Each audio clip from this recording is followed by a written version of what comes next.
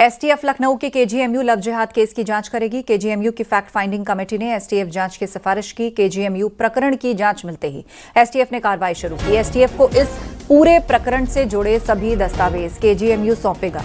STF जांच के आधार पर अब इस मामले में आगे की कार्रवाई होगी।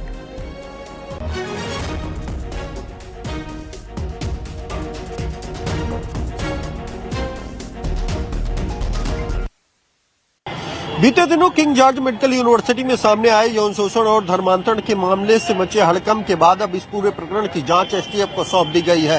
दरअसल इस खुलासे के बाद शासन के निर्देश पर इस पूरे मामले की जांच के लिए 7 सदस्यीय फैक्ट फाइंडिंग कमेटी का गठन किया गया था।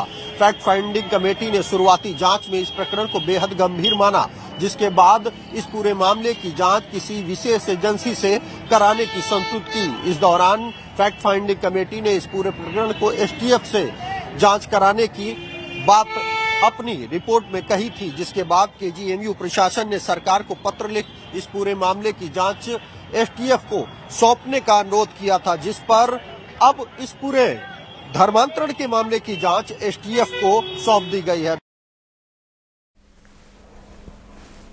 केजीएमयू में यौन शोषण और धर्मांतरण पर केजीएमयू के प्रवक्ता प्रोफेसर डॉक्टर के सिंह ने कहा कि पीड़ित छात्रा की शिकायत पर विशाखा कमेटी ने फौरन कार्रवाई की। केजीएमयू की विशाखा कमेटी ने आरोपी डॉक्टर को बर्खास्त किया। पूरे प्रकरण की जांच के लिए फैक्ट फाइंडिंग कमेटी का गठन किया और कमेटी की सिफारिश पर केजीएमयू ने एसटीएफ जांच के लिए अनुरोध किया।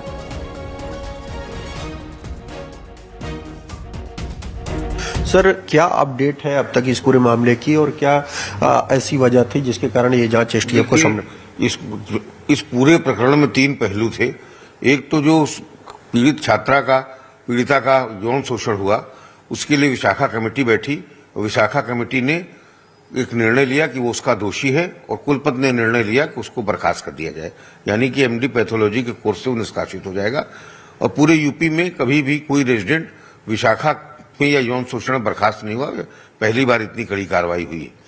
दूसरा ये था कि डॉक्टर रमीज जो फरार थे, पुलिस ने उनको पकड़ लिया है, वो अपना रिमांड पे लेगी, पूछताछ करेगी।